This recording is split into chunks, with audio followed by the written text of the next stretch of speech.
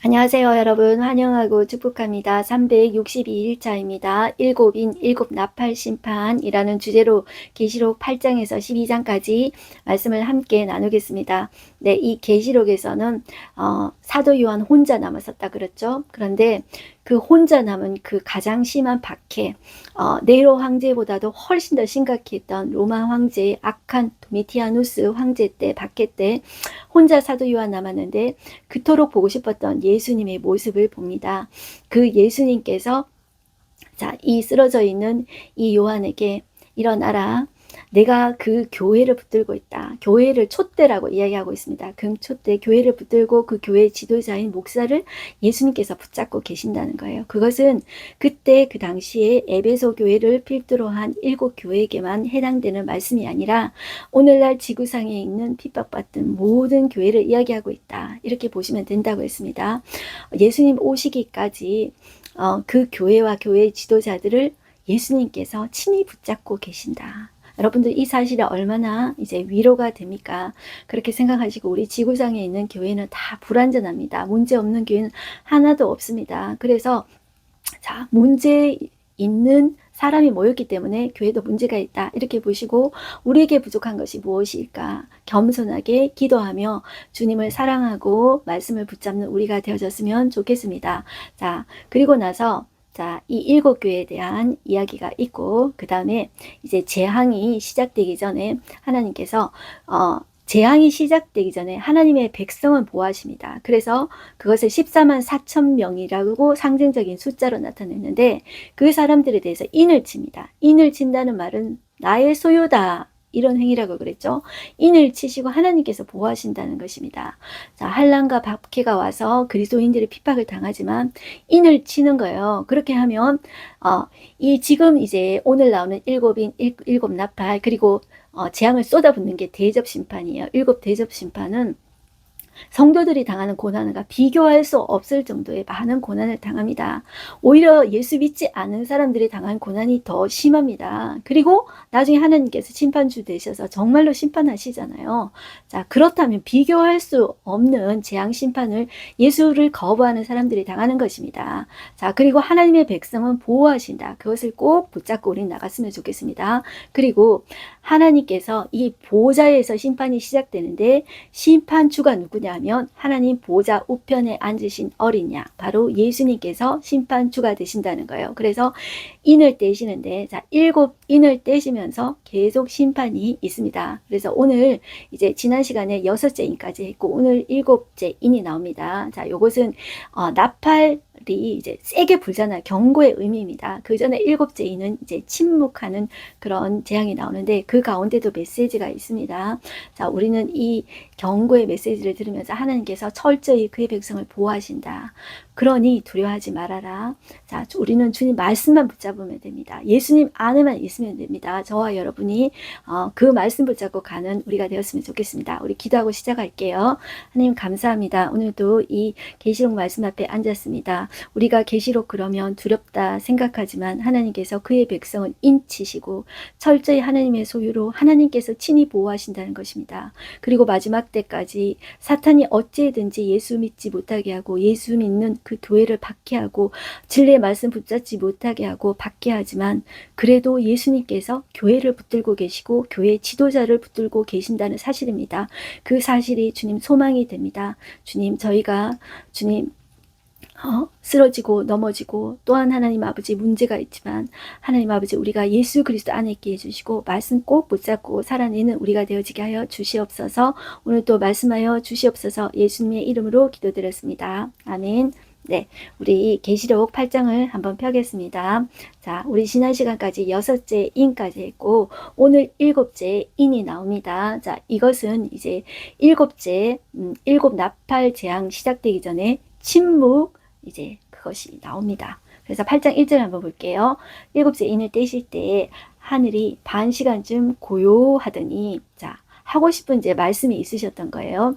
내가 보면 하나님 앞에 7 천사가 서 있어 7 나팔을 받았더라. 어떤 하고 싶은 말이 있었냐면 또 다른 천사가 와서 제단 곁에 서서 금향료를 가지고 많은 향을 받았으니 이는 모든 성도의 기도와 합하여 보좌 금제단에 드리고자 함이라.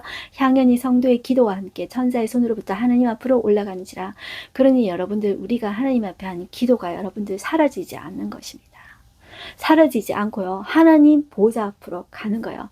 그 성도의 아픔과 눈물과 그 정말 그 슬픔 어린 그것을 하나님께서 다 받아주신다는 거예요. 하나님 앞으로 다 올려져 간다는 것입니다. 그것이 얼마나 큰 이제 위로가 됩니까? 이제 7 나팔 재앙이 시작되는데요. 이제 그 재앙은 좀 더 직접적이고 구체적이고 좀 더 이제 확장되어져 갑니다. 자, 6절 보실게요. 7 나팔을 가진 7 천사가 나팔 불기를 준비하더라. 자, 첫째 천사가 나팔을 불었어요.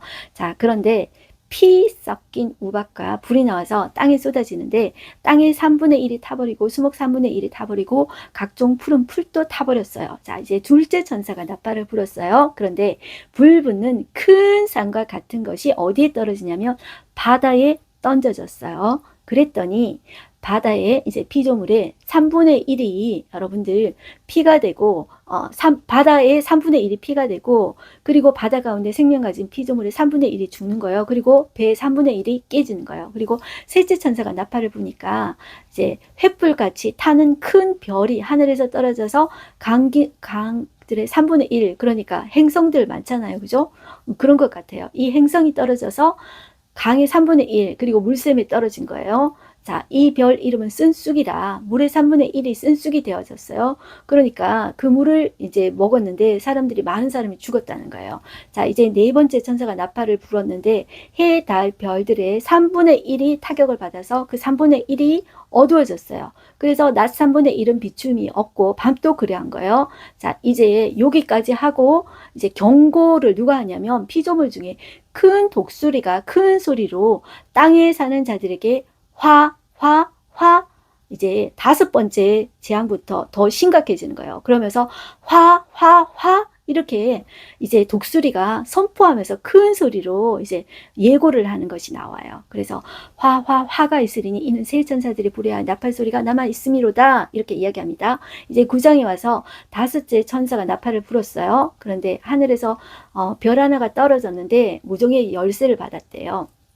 자, 그래서 무조갱을 딱 여는데, 자, 이 연기가 막 이렇게 올라오면서 해와 공기가 그 구멍에 연기로 말미암아서 어두워졌는데, 누가 나와요? 누가 나오냐면, 무시무시한 황충이 나오는데, 이 황충이 땅에 있는 정갈의 권세와 같은 권세를 받은 거예요. 그런데, 자, 하나님이 딱 명령하시는 거예요. 뭐냐 하면은, 그들에게 이르시되, 그게 4절 나옵니다. 땅에 있는 푸른 거, 각종 수목, 해하지 말고 오직 그 이마에 하나님의 인침받지 아니한 사람들만 해야라는 거예요. 그러니까 하나님의 인침받은 하나님의 백성은 어떻게 해요? 하나님 보호하시는 거예요. 그러니까 우리가 고난받는 것은 일정한 기간 동안만 그게 우리 오늘도 나옵니다. 이게 1260일, 석 달 반, 뭐 이런 식으로 한때, 두때, 반때 이런 식으로 이런 표현이 나와요. 그 정한 기간만 우리가 고난을 받는 거예요. 그런데 지금 이들이 예수를 거절한 사람들이 받는 고난은 훨씬 더 심각한 거예요. 그래서 이 사람들만 해야라 이렇게 명령한 거예요. 자, 그런데 5절 보면 그들이 죽고 싶어도 못 죽어요. 그래서 이게 영원한 지옥의 고통이거든요. 그래서 영원한 지옥의 고통을 영벌이라고 합니다. 그걸 맛보는 거예요. 5절 보시면 그러나 그들을 죽이지는 못하게 하시고 5달 동안만 괴롭게 하시는데 그 괴롭게 하시면 정갈이 사람 쏠 때에 괴롭게 한것 같더라. 그날에는 사람이 죽기를 구하여도 죽지 못하고 죽고 싶으나 죽음이 그들을 피하리로다. 이렇게 이야기해요. 자, 요게 이제 첫 번째 화예요. 그러니까 무저갱에서 환충이 나와서 정갈같이 이렇게 하나의 인침받지 못한 사람들에게 이제 쏘는 거예요. 자, 이게 첫째 화예요. 그 다음에 13절 보시면 6째 천사가 나팔을 불매 내가 들으니 하나님 앞 금제단 넷불에서 한 음성이 나서 나팔 가진 6째 천사에게 말하기를 큰 강 유브라데에 결박한 네 천사를 놓아주라. 이 네 강 메소포타미아 문명에 강이 있었죠. 티그리스 강, 유럽 쪽으로 나 있는 유프라테스 강이 있었죠. 이 유프라테스 강에 네 천사가 재앙을 가지고 있었는데 결박해 놓았는가 봐요. 그 네 천사를 놓아주라 이렇게 한 거예요. 자, 이 네 천사가 놓였어요. 그랬더니 이 네 천사가 사람 3분의 1을 죽이기로 준비된 자들이에요. 자, 이들이 천사들이 딱 나서는데 이 마병대 수가 2만 만이라고 하고 있어요. 자, 그들의 수를 들었다고 해요. 자, 그래서 그 위에 탄 자들을 보니까 불빛, 자줏빛, 유황빛, 호신경이 있고 또 말의 머리는 사자 같고 그 입에서 불과 연기와 유황이 나오더라. 무시무시한 거예요. 자, 이 사람들이 사람 3분의 1을 죽인 거예요. 그리고 이 말들의 힘은 입과 꼬리에 있으니 그 꼬리가 말의 꼬리인데 뱀 같대요. 무시무시하죠. 그 꼬리에 머리가 있대요. 꼬리에 머리가 있대요. 그래서 이것으로 사람들을 해하는 거예요. 그리고 이 재앙이 죽지 않고 남은 사람들은 그 손으로 행한 일을 회개하지 아니하고, 자, 이렇게 재앙이 있으면은 하나님 앞에 회개하고 그 양심이 어떤 내가 잘못한 것이 있지 않나 내 자신을 돌아봐야 되는데요. 오히려 있잖아, 회개하지 않고 더 악해져요. 그리고 하나님을 더 욕해요.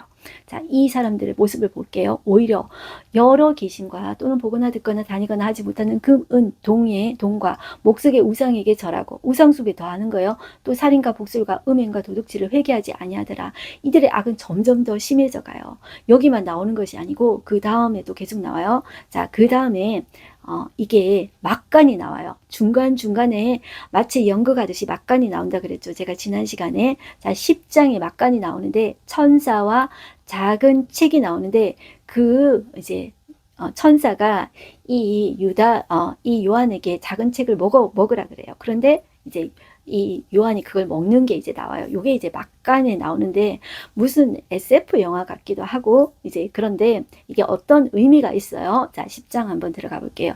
내가 또 보니 힘센 다른 천사가 구름 있고 하늘에서 내려오는데 그 머리에 무지개가 있고 이게 이제 예수님의 모습은 아닌데 힘센 천사의 모습이에요. 자, 이게 예수님의 모습처럼 느껴지는데 예수님은 아닙니다. 얼굴은 해같고 그 발은 불기둥 같으며 그 손에는 편호의 작은 두루마리 들고 그 오른발은 바다를 밟고 왼발은 땅을 밟고 사자가 부르짖는 것까지 큰 소리로 외치니 그가 외칠 때 7무리가 그 소리를 내어 말하더라. 그래서 이것은 우리가 앞에서 나왔죠. 앞에 이제 예수님께서 심판주로 이제 7 그 인을 떼시기 전에 봉해진 이 두루마리가 있었잖아요. 이거하고 달라요. 그래서 이것을 작은 두루마리라 이렇게 이제 표현하고 있는 거예요. 그 힘센 천사가 이제 사자가 부르짖는 것 같이 큰 소리로 7 우레 소리와 같은 그 소리로 막 이렇게 말을 하는 거예요. 그런데 기록하려고 하니까 기록하지 말라고 하는 거예요. 자, 그러면서 어떤 이야기를 하냐면 우리 6절 한번 볼까요? 세세토록 살아계신 이곳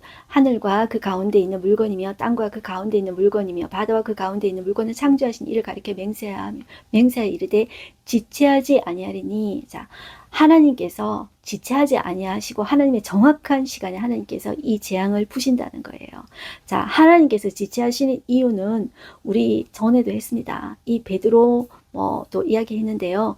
우리의 구원을 위해서 한 영혼이라도 더 구원하기 위해서 하나님께서 지체하신다는 거예요. 그리고 지체하지 않으실 때도 하나님은 그의 백성을 보호하시기 위해서 구원하시기 위해서 지체하시는 거예요.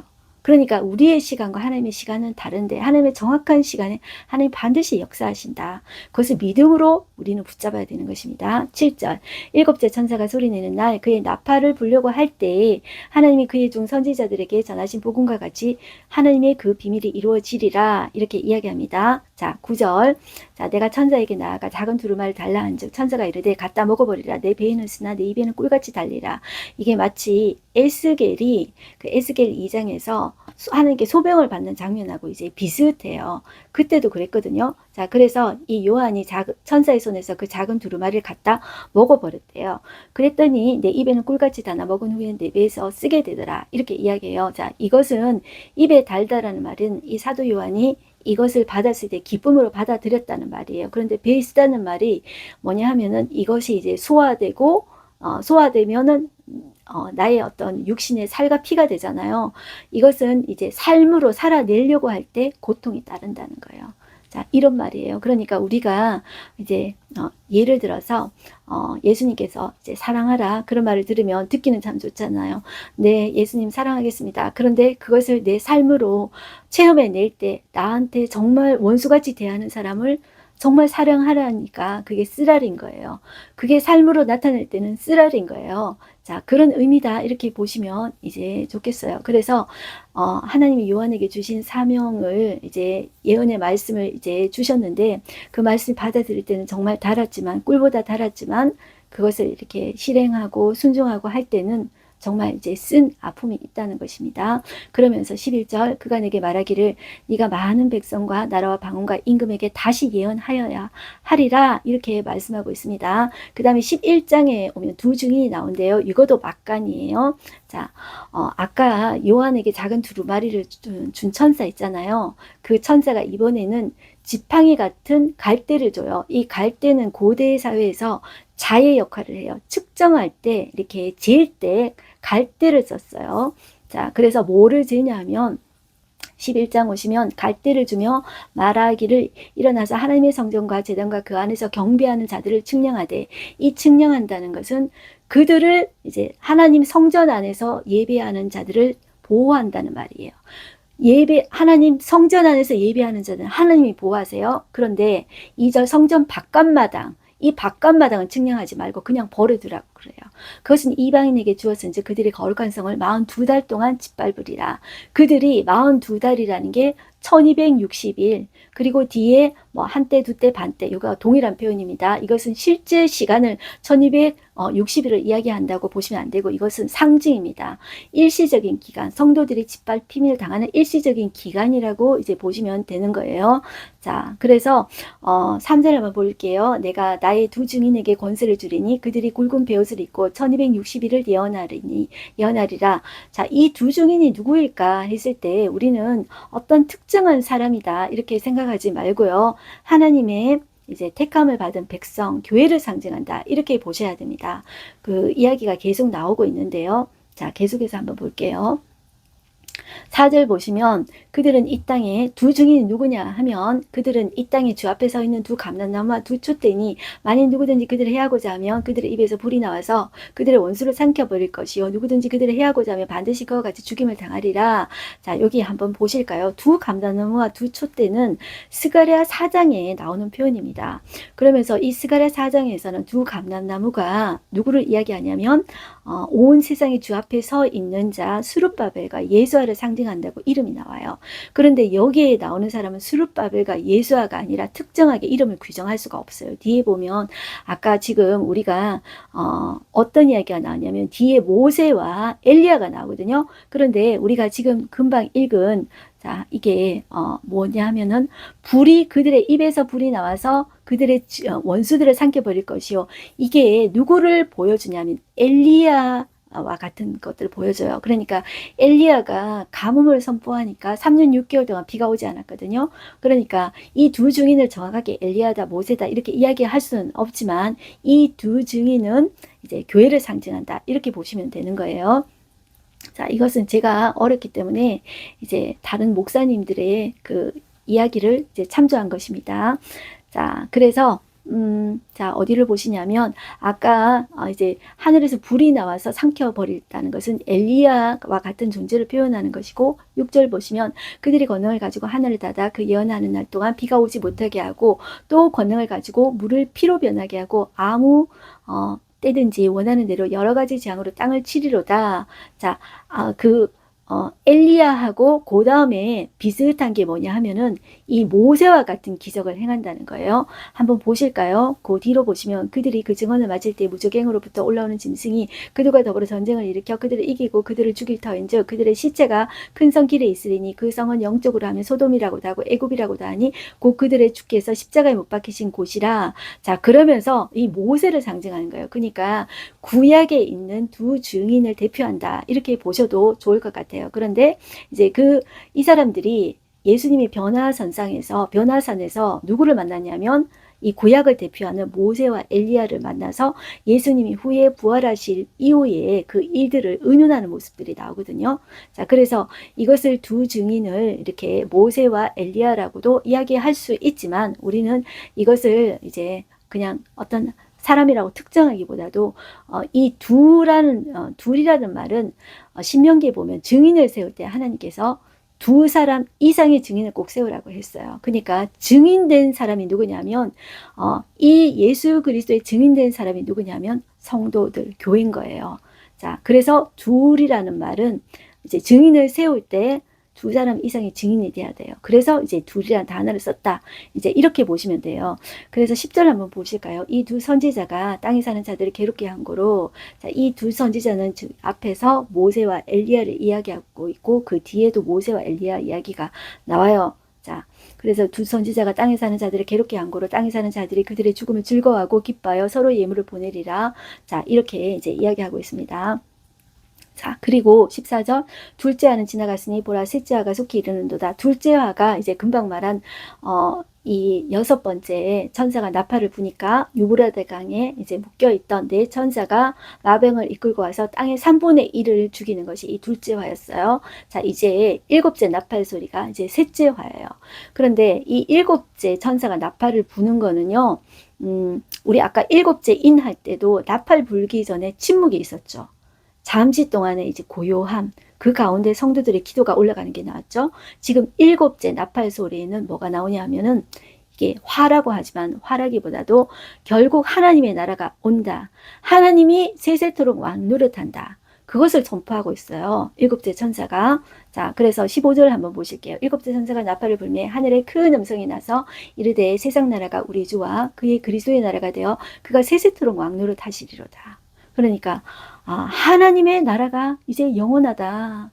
자, 세상 나라 다 물러간다. 자, 그러니까 16절 하나님 앞에서 자기 보호자에 앉아있던 24장로가 엎드려 얼굴을 땅에 대고 하나님께 경배하여 이르되 감사옵나니 옛적에도 계셨고 지금도 계신 주 하나님 곧 전능하신 이어 친히 큰 권능을 잡으시고 왕노릇 하시도다. 자, 이게요 이제 잊혀질 만하면 하나님께 보호자 환상이 나서 이들이 24장로들과 이 내생무들이 하나님을 찬양하는 거예요. 이게 또 나오는 거예요. 자, 19절 한번 보실게요. 이에 하늘에 있는 하나님의 성전이 열리니 성전 안에 하나님의 언약궤가 보이며 또 번개와 음성들과 우리와 지진과 큰 우박이 있더라. 자, 번개, 음성들, 우리와 지진, 큰 우박 이런 것은 하나님의 임재하실 때 어떤 위엄을 드러낸다. 이렇게 보시면 돼요.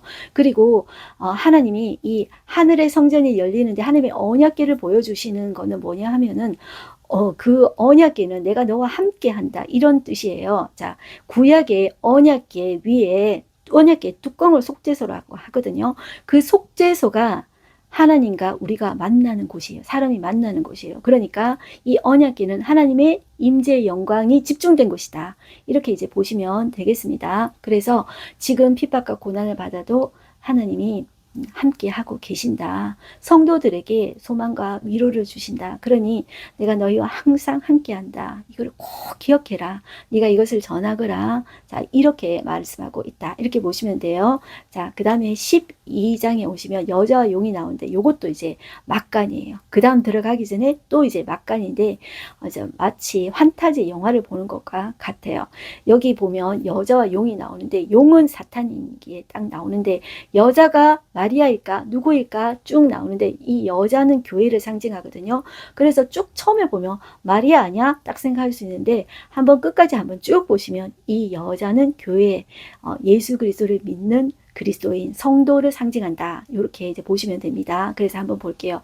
12장 1절 볼게요. 하늘에 큰 이적이 보이니 해를 입은 한 여자가 이제 태양을 옷 입은 여자가 모습이 어떤지를 상상이 안 돼요. 그 발 아래는 달이 있고 그 머리에는 12별의 이제 별의 관을 썼대요.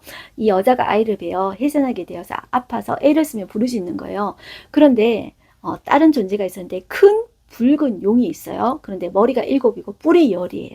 그 머리에 7 안간이 있어요. 그러니까 이제 권세를 가졌다는 것이죠. 그 꼬리가 하늘에 별 3분의 1을 끌어다 땅에 던지는 거예요. 용이 해산하려는 이 여자 앞에서 해산함이 그 아이를 삼키고자 하는데 그 아이가 누구인가 봤더니 뒤에 보시면 여자가 아들을 낳으리니 이는 장차 철장으로 만국을 다스릴 남자라. 이 아이를 하나님 아까 그 보좌 앞으로 올려가더라. 자, 이거 자세히 보세요.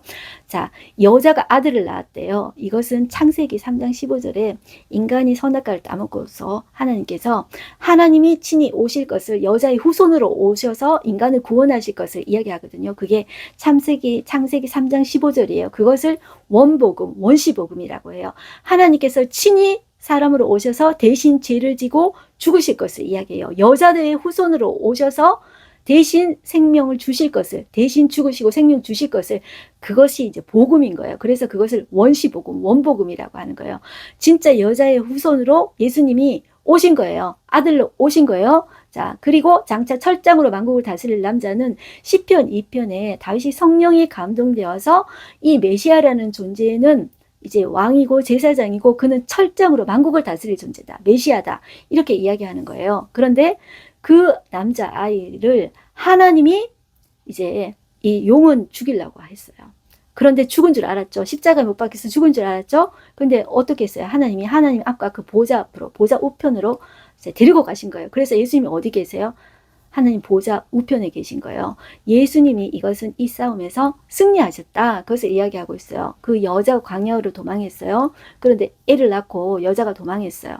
이 여자가 누구인지 제가 처음에 말씀을 드렸는데 계속 궁금증을 가지고 여러분들 한번 보세요. 여자가 광야로 도망하며 1260일 동안 그를 양육하기 위해 1260일은 이제 피박받는, 박해가 받는 하나님 정하신 기간이라고 했어요. 딱 요 시간이 아닙니다. 여러분들. 3년 반 이제 요 시간이 아니에요. 자, 양육하기 위하여 하나님께서 예비하신 곳이더라.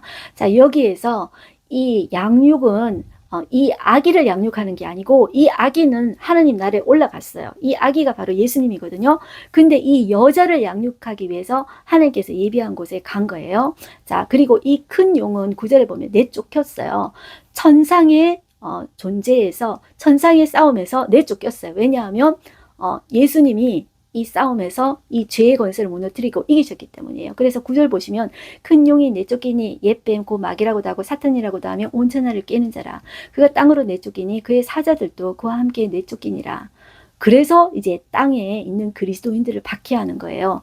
자, 그래서 10절 한번 중간에 한번 보실까요? 우리 형제들을 참수하던 자, 곧 우리 하나님 앞에서 밤낮 참수하던 자가 쫓겨났고, 자, 그래서 쫓겨난 게 된 거예요. 이 사탄을 참수하는 자라고 해요. 하나님 믿는, 우리 예수님을 믿는 자를 계속 참수하고 고소하는 사람이 이제 사탄이 영향을 받아서 이렇게 하는 거예요. 그래서 여러분들 있잖아요. 어떤 사람이 이렇게 악할 수 있는가 할 때 그 사람이 아니라 그 존재 뒤에 사탄이 역사한다. 이렇게 보시면 돼요. 자, 11절 보시면 또 우리 형제들이 어린 양의 피와 자기들이 증언하는 말씀으로써 그를 이겼으니 그들은 죽기까지 자기들의 생명을 아끼지 아니하였도다. 자, 이들이 어떻게 이겼냐면 어린 양의 피, 그리고 말씀으로 이겼다는 거예요. 그래서 우리가 이길 때 어떻게 이길 수 있어요? 어린 양의 피, 말씀으로 이길 수가 있는 거예요. 자, 그들은 죽기까지 자기들의 생명을 아끼지 아니하였다. 이렇게 이야기하고 있습니다. 13절 보시면 용이 자기가 땅으로 내쫓긴 것을 보고 남자를 낳은 여자를 박해하는 거예요. 자, 이 여자가 핍박을 받고 있는 거예요. 자, 그 여자가 큰 독수리의 두 날개를 받아. 자, 이 독수리는 무엇을 이야기하냐면 하나님이 보통 그 섭리로 인도하심을 이야기할 때 독수리 날개로 업어서 인도했다. 이런 표현을 쓰거든요. 그래서 하나님께서 이스라엘 보호하심을 비유적으로 표현한 말이다. 이렇게 보시면 돼요. 그래서 큰 독수리가 두 날개를 받아 광야 자기 곳으로 날아가서 거기서 그 뱀의 낯을 피하여 한 때, 두 때, 반 때를 양육받는 거예요. 자, 이 여자가 양육받는 거예요. 아기가 양육받는 거 아니에요. 여자의 뒤에서 뱀이 그 입으로, 자, 이 뱀은 또 어떻게 또 대항하냐면 이 여자를 그 입으로 물을 강같이 토하 여자를 물에 떠내려가게 하려 한 거예요. 그런데 땅이 여자를 도와 그 입을 벌려 용의 입에서 토한 강물을 삼킨 거예요. 마치 SF 영화 보는 것 같죠. 용이 여자에게 분노해 돌아가서 그 여자의 남은 자손, 이 여자의 남은 자손이 누구냐면 정체가 나옵니다. 곧 하나님의 계명을 지키며 예수의 증거를 가진 자들, 이 사람들이 바로 그리스도인 성도, 바로 교회입니다. 그러니 교회는 여러분들 건물이 아니라 예수를 주라 고백하는 그리스도인 성도라고 할 수 있습니다. 자, 이 성도들과 교회와 더불어 싸우려고 바다 모래 위에 딱 서 있는 거예요. 지금 여자에게 분노해서, 교회의 분노해서 이 용의 사탄이 딱 서 있다. 이렇게 이제 보시면 되겠습니다. 자, 그러나 이 가운데서도 하나님이 하나님의 성도들을 반드시 망하도록 버리지 않습니다. 보호하십니다. 그것이 군데군데 계속 나와요. 자, 여자가 아기를 낳았죠. 근데 그 아기가 하나님 보좌 우편에 갔다 그랬죠. 그것이 최종적인 하나님의 승리를 하나님이 보여주시는 거예요. 그리고 그 아기, 그 예수를 믿는 자도 마찬가지로 승리를 할 거예요. 정한 기간, 3년 6개월이라는 박해 기간이 있지만 그 기간 동안 거룩해지고 단련받는 기간이에요. 그때도 하나님의 관심과 보호는 떠나지 않습니다. 그래서 독수리의 두 날개로 업으시고 보호하시고 인도하시는 분이 하나님이십니다. 그래서 결국 끝까지 하나님은 그분이 보호하신다. 하나님의 백성을 망하지 않도록 버리시지 않고 끝까지 보호하신다. 이 사실 꼭 기억하셨으면 좋겠습니다. 그래서 여러분들, 이 교회는 그리스도인들의 모태고요. 교회는 어머니예요. 교회를 통해서 그리스도인들이 태어난다. 이렇게 여러분들 생각하시면 되겠습니다. 오늘 하루 한 점 말씀 볼게요. 또 다른 천사가 와서 제단 곁에 서서 금향유를 가지고 많은 향을 받았으니 이는 모든 성도의 기도와 합하여 보좌 앞 금제단에 드리고자 함이라. 이렇게 이야기하죠. 자, 이 일곱째 인 이제 뗄 때는 일곱 나팔 불기 전에 침묵, 고요한 시간이 이르는 거예요. 그때 무슨 일이 일어나냐면 성도들의 기도가 하나님 앞에 향연이 되어서 쭉 올라가는 거예요.